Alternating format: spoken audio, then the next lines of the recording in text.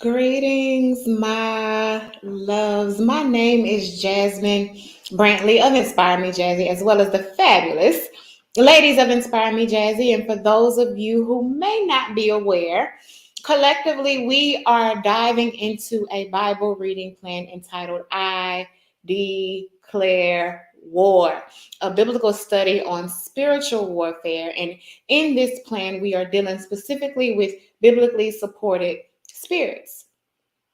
Now, Evangelist Shannon Starr and I have collaborated, and thus far, we have dealt with the spirit of perversion, the spirit of jealousy, the spirit of divination, familiar spirits, a lying spirit, the spirit of heaviness, the spirit of haughtiness, and the spirit of harlotry. And today, I have the privilege of coming before you as we deal with another biblically supported spirit identified as the deaf and dumb spirit, which comes from the book of Mark, chapter 9, verses 14 through 29. Shannon Starr, mwah, love you, sis. With bonus content coming from the book of Mark, chapter 7, beginning at verse 24. So, what I would actually like to do today, as we prepare to dive into the reality of this spirit, is deal directly with the bonus content first and then transition to the assigned reading. So, let's get to it. Y'all ready? All right, let's go. Mark chapter 7, beginning at verse 24, reads as follows. From there, he arose and went to the region of Tyre and Sidon. And he entered a house and wanted no one to know it, but he could not be hidden. Verse 25, for a woman whose young daughter had an unclean spirit heard about him, and she came and fell at his feet.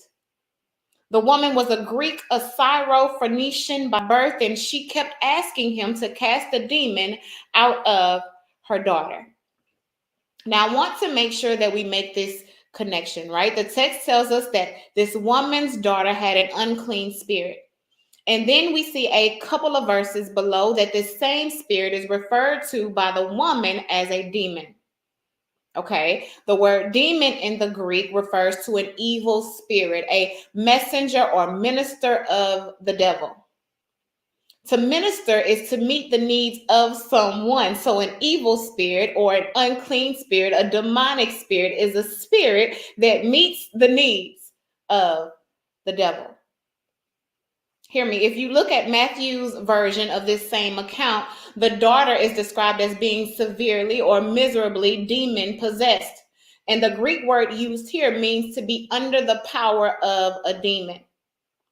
Now, I realize that this type of language is, when this type of language is used, it has the ability to make some of us uncomfortable.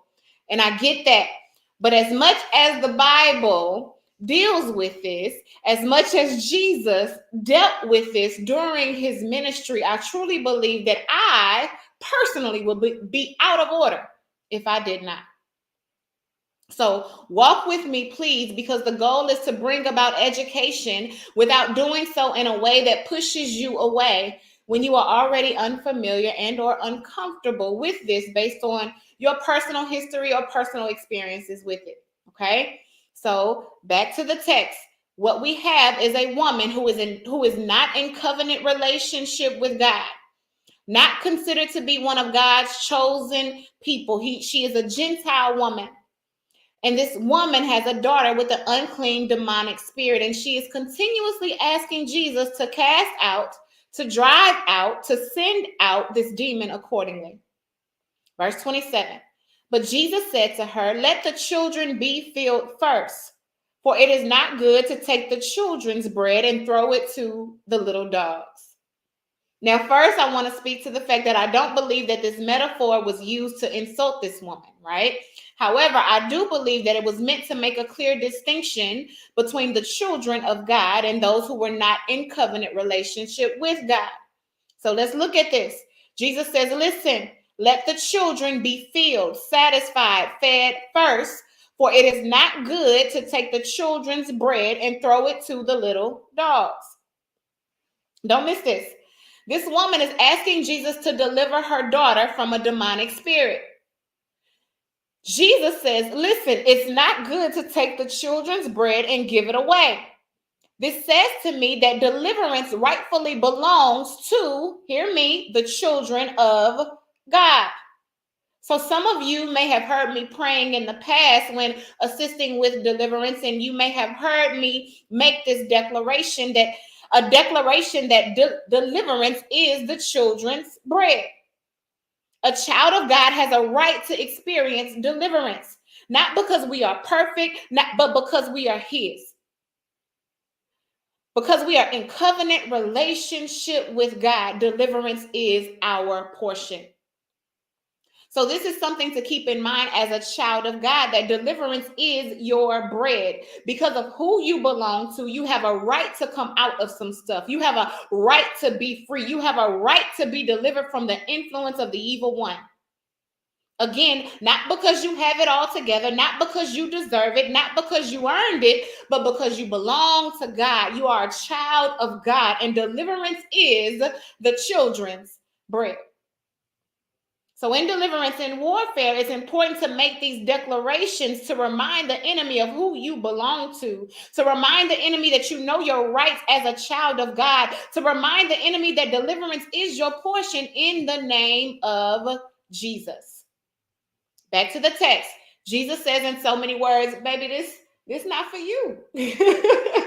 what you asking for, the need you are asking me to meet, the desire that you want me to fulfill, this is for those who are in relationship with my Father. Verse 28. And she answered and said to him, yes, Lord.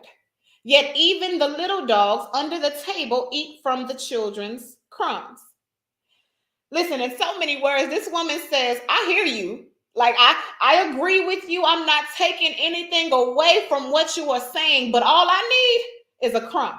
All I need is a little piece, a small fragment. Hear me. The crumbs are usually what's left over, what's not eaten, what falls off of the dinner table, what's remaining in the wrapper, that which is typically dismissed, devalued, and or disregarded. This woman says, I'm not asking you to take away from them, but at least give me what they don't want. Listen to me, Jesus. Let me eat too, right? Let me get some of what they are dismissing, devaluing, disregarding. Give me a crumb. That's enough for me. That is all I need. I'm absolutely certain that my daughter's deliverance is in the crumbs.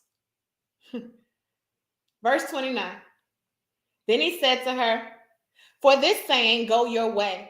The demon has gone out of your daughter. And when she had come to her house, she found the demon gone out and her daughter lying on the bed. Now, in Matthew's account of these events, Jesus says, oh, woman, great is your faith. Let it be as you desire. And her daughter was healed that very hour. Hear me. The words that this woman spoke were an indication of this woman's faith in Jesus.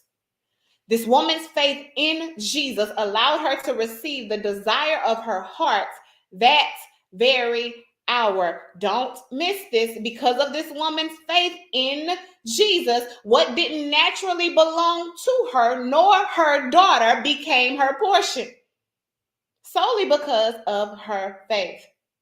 And I want to make sure we see this, because when desiring deliverance for yourself and or coming to Jesus on behalf of someone else, like this woman did in the text, your faith is critical. We have to believe that the God we are petitioning for deliverance is actually able to give us that which we are asking for. And many times, if we are honest, we are in his face, but we really don't believe that we will receive from his hand. Back to the text, verse 31. Again, departing from the region of Tyre and Sidon, he came through the midst of the region of Decapolis to the Sea of Galilee. Then they brought to him one who was deaf and had an impediment in his speech, and they begged him to put his hand on him. Now, the Greek word used here for deaf means to be blunted, dull, dumb in tongue and or in hearing. To be blunt speaks to something that has been weakened or reduced. To be dull is to be sluggish or slow moving. To be dumb is to be unable to speak. most typically because of hereditary inherited deafness. Now, I know we're talking about actual physical impediments, but keep in mind that a lot of times in the Bible, a lot of what is dealt with physically can also be seen spiritually. Okay? So deaf in the English dictionary is defined as lacking the power of hearing or having impaired hearing. So this man was someone who either was unable to hear or had impaired hearing, and he spoke, and he was also someone who had an impediment in his speech, meaning that he spoke, but he spoke with difficulty, right? He faced hindrances, barriers, obstacles in his speech. And as a result, the people around him brought him to Jesus and begged Jesus to put his hand on him. Verse 33. And he took him aside from the multitude and put his fingers in his ears. And he spit, and touched his tongue. Let's deal with this because this communicates one thing in particular. Because before Jesus delivered him, watch this, he took him aside from the multitude. He took him away from the people. He took him away from the crowd. He created some distance between them and him. Hear me. Can I suggest that sometimes before you experience the deliverance that you desire, you have to be willing to let Jesus create distance between you and the multitude. You have to be willing to let him take you aside from where you are, from who you are around, even from the people who may have brought you to him in the first place. Listen to me. Can I just suggest that maybe you have failed to experience true deliverance because you have failed to allow him the freedom to create the necessary space between you and them? Back to the text. Jesus takes him aside from the multitude, puts his fingers in his ears, and he spits and touches his tongue. He touches the specific areas of his body that were in need of healing in a way that would have been uncomfortable, messy, and unfamiliar. And this is another reason why I believe many of us fail to experience true deliverance. We don't like the way that this thing looks. This is uncomfortable. This doesn't feel good. This is messy. This is nasty. This is scary. This is unfamiliar. I didn't expect it to look like this, be like this, feel like this. So instead of getting free, we get gone. We shrink back. We shut down because what we think, how we feel, and or what others may think or feel has become more important to us than seeing and or speaking properly. Back to the text, verse 34. Then looking up to heaven, he sighed, and he said to him, Ephphatha, that is, be opened. Immediately, his ears were opened and the impediment of his tongue was loosed, and he spoke plainly or rightly. Hear me clearly. If you want to know deliverance verbiage, if you want to know how to operate in deliverance for yourself and or anybody else, look no further than the ministry of Jesus Christ. Jesus touched the issue. Then he spoke to the issue and simply said, be opened. That's it. That's all. And scripture says, immediately his ears were open and the impediment of his tongue was loosed. Verse 36. Then he commanded them that they should tell no one, but the more he commanded them, the more widely they proclaimed it. And they were astonished beyond measure, saying, he has done all things well. He makes both the deaf to hear and the mute to speak. And this brings us to our assigned reading. Fast forward, Mark chapter 9, beginning at verse 14, reads as follows in the New King James Version. And when he came to the disciples, he saw a great multitude around them, and scribes disputing with them. Immediately when they saw him, all the people were greatly amazed, and running to him, greeted him. And he asked the scribes, what are you discussing with them? Verse 17, Then one of the crowd answered and said, Teacher, I brought you my son who has a mute spirit. Pause. The Greek word for mute used in the text means speechless, dumb, wanting the faculty of speech. And in the King James Version, it is actually translated dumb spirit. Okay, verse 18. And wherever it seizes him, it throws him down. He foams at the mouth, gnashes his teeth, and becomes rigid. So I spoke to your disciples that they should cast it out, but they could not. Okay, so let's deal with the characteristics of this spirit. This spirit seized him. It laid hold of him. It took possession of him. This spirit threw him down. Now, this word is translated tereth in the King James Version, and in the Greek, it means to distort, to convulse, to dash down or hurl to the ground. To distort is to pull or twist out of shape. To convulse is to have violent, involuntary contractions of the muscles, which produces contortion in the body. So this spirit caused this man's muscles to move involuntarily. It caused his body to be twisted and or pulled out of shape. It caused him to be thrown to the ground with great force. The spirit also caused him to foam at the mouth, to produce this mass of small bubbles from his mouth. Okay? The spirit also caused him to gnash, to grind, to grate his teeth together. And this spirit caused him to become rigid, which in the Greek means to wither up or waste away. So this spirit caused this man to waste away. Now, if that's not enough, if you look at Matthew's account of these same events, this same spirit, this same boy is described as a lunatic, which in the Greek is defined as both lunatic and epileptic. Now, lunatic speaks to someone who is mentally ill. Don't miss this, where epilepsy speaks to someone who has a neurological disorder in which nerve cell activity in the brain is disturbed, causing seizures. What is a seizure, you might ask? It is a sudden, uncontrolled electrical disturbance in the brain that causes changes in your behavior, movements, feelings, and in levels of consciousness. So this spirit not only affected this man physically, but it affected him mentally. So this spirit was absolutely nothing to play with.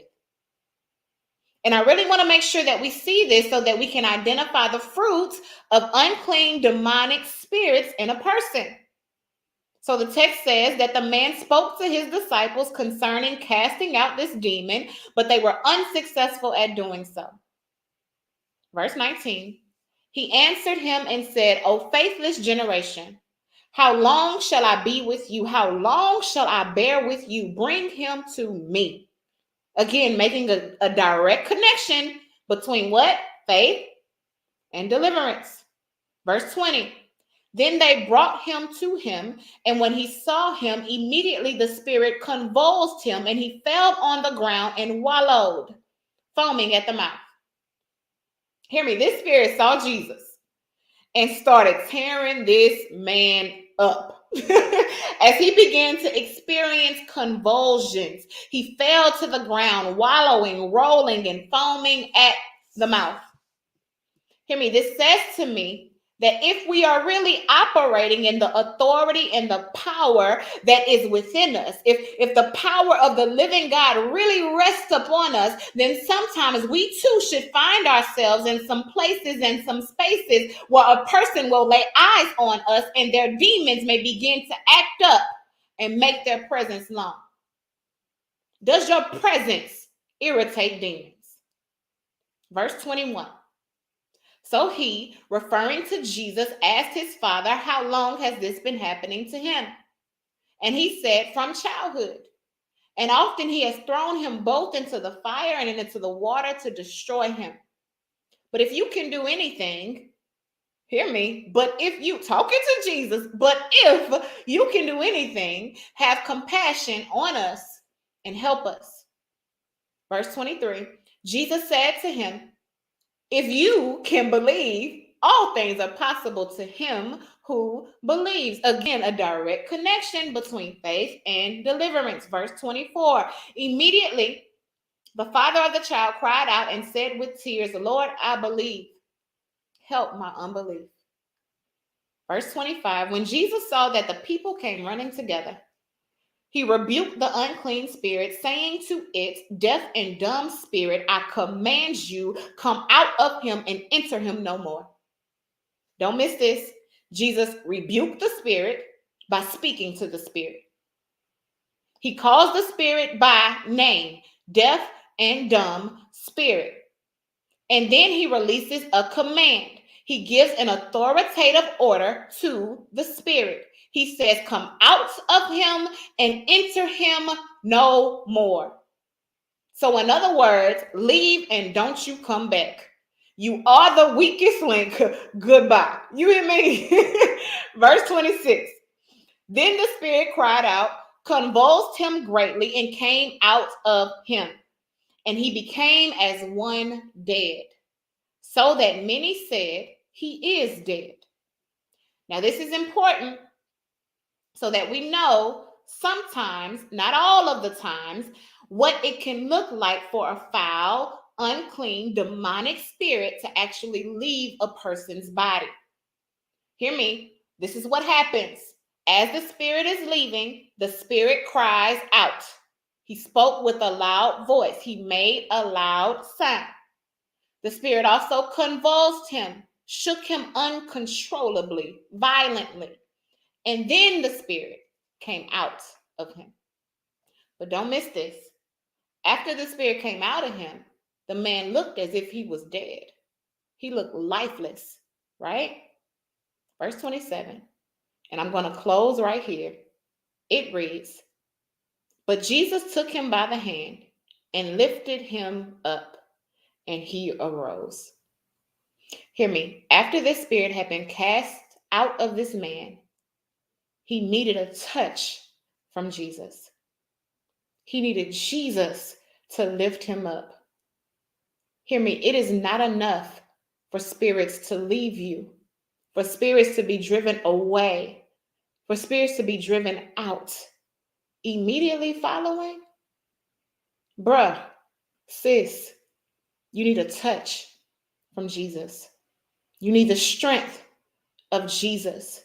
You need Jesus to lift you up so that you can arise. This concludes day 17's assigned reading entitled The Deaf and Dumb Spirit, coming from the book of Mark, book of Mark, chapter 9, beginning at verse 14. If you have not shared concerning today's reading, but after watching this video, you desire to share, please do so in the comments below, as we absolutely would love to hear from you.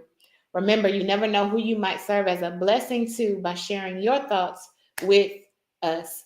And with that being said, until next time, I love you all to life, and I wish you a fabulous night. Mwah.